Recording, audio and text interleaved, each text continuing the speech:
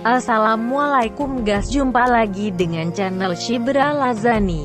Sebelum kita membahas cerita di dalam film ini, tekan dulu tombol subscribe dan like.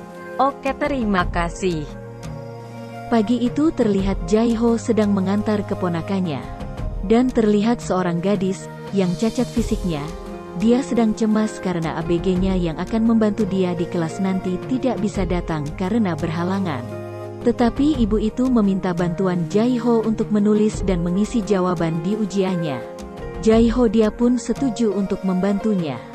Tetapi adik Jae-ho lewat di depan kelas gadis itu. Dia melihat Jae-ho sedang di dalam kelas dan memanggil Bu Guru. Dia bertanya kenapa adiknya berada di kelas ini. Bu Guru menjawab, lihat saja sendiri.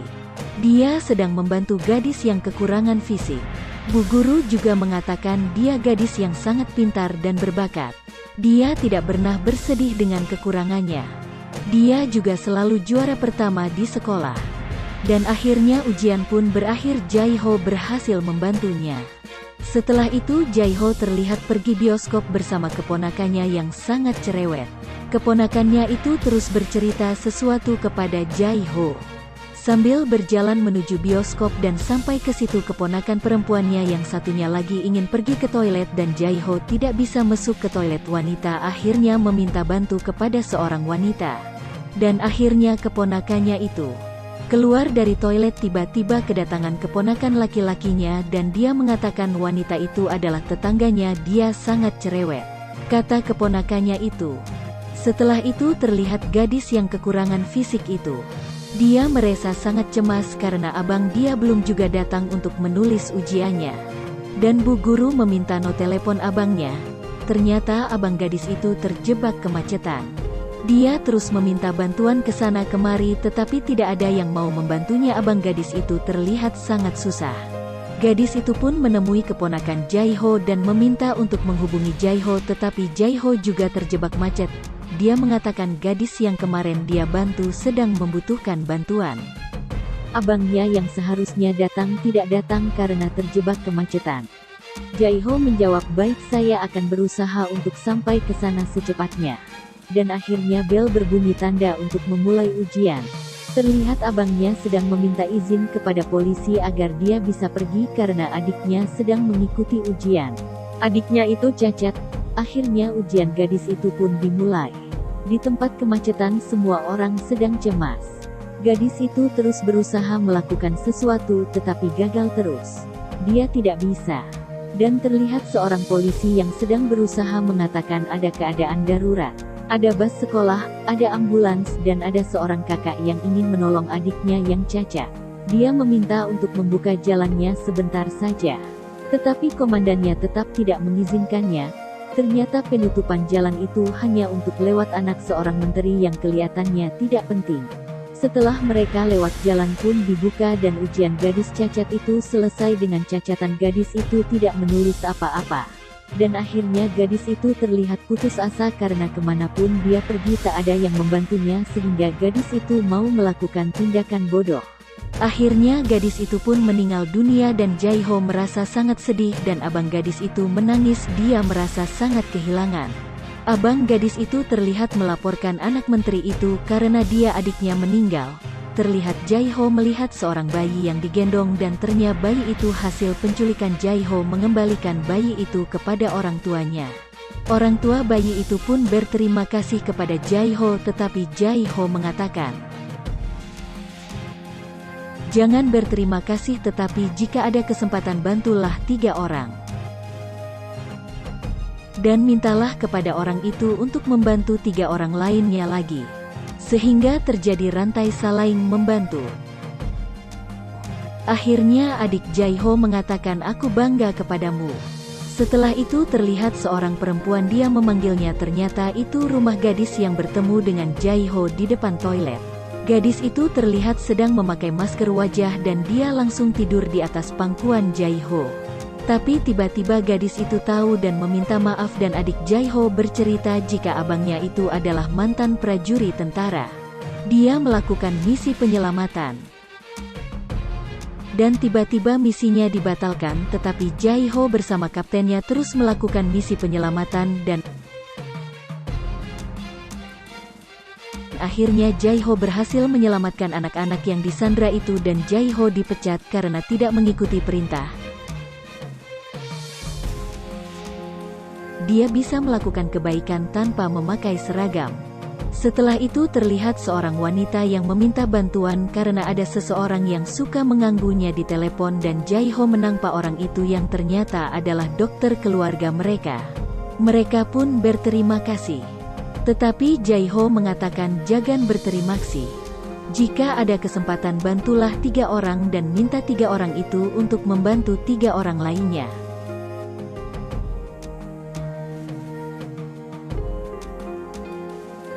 Akhirnya ideologi Jae-ho itu menyebar kemana-mana.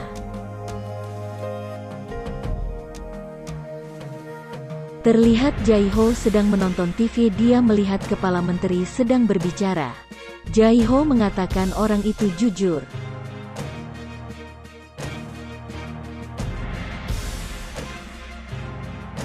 Dan terlihat seorang kakek yang sedang bercerita.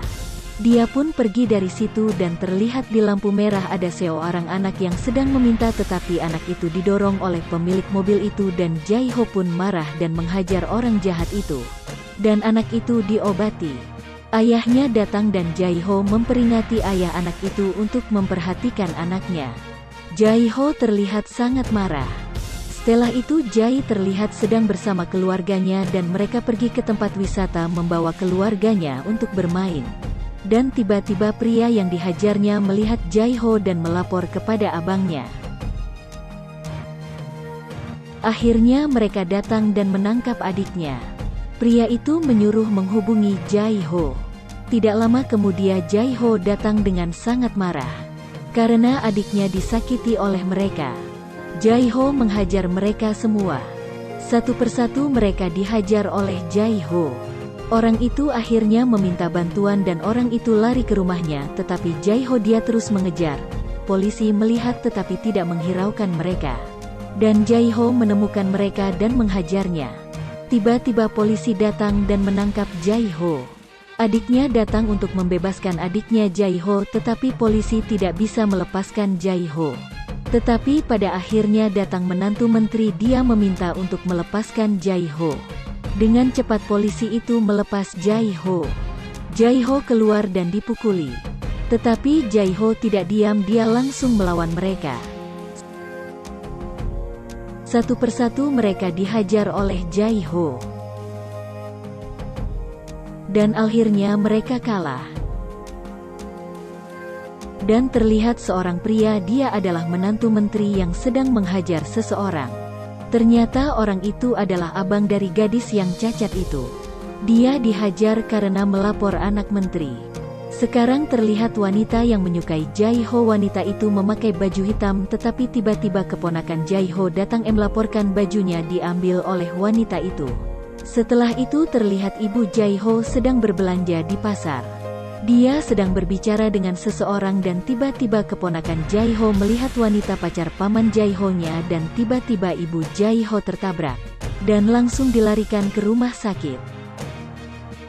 Ibunya harus dioperasi dan mencari donor ginjal yang cocok. Dan adik Jae-ho menerima telepon bahwa ibunya bukan kecelakaan tetapi ada kesengajaan.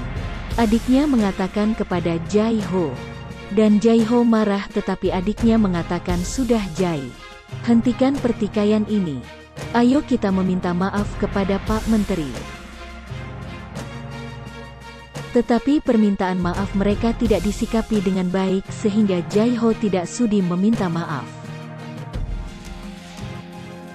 Sekarang terlihat seorang supir bajai yang mengantar seorang kakek. Dia mengatakan besok carikan sopir bajai yang lain karena dia harus menyekolahkan anaknya. Tetapi kakek itu membantunya dan memberi dia uang. Sopir itu berterima kasih tapi kakek itu mengatakan jangan berterima kasih. Tetapi bantulah 3 orang lainnya jika ada kesempatan. Dan mintalah 3 orang itu untuk membantu 3 orang lainnya. Ideologi Jae-ho terus menyebar. Setelah itu terlihat keponakan Jae-ho diculik oleh pria adik menteri itu. Jae-ho mengejar mereka. Dan satu persatu mereka dihajar oleh Jae-ho, termasuk pria itu mati terjatuh karena sudah membahayakan keponakannya. Sekarang terlihat Kepala Menteri yang sedang mengucapkan duka cita atas kematian menantu menteri jahat itu. Dan Kepala Menteri meminta untuk menghubungi Jae-ho dan meminta bertemu dengan Jae-ho. Kepala Menteri menghadiri sebuah acara, dia melakukan pidato di situ dan tiba-tiba Pak Kepala Menteri tersengat listrik dan dibantu oleh seorang gadis kecil.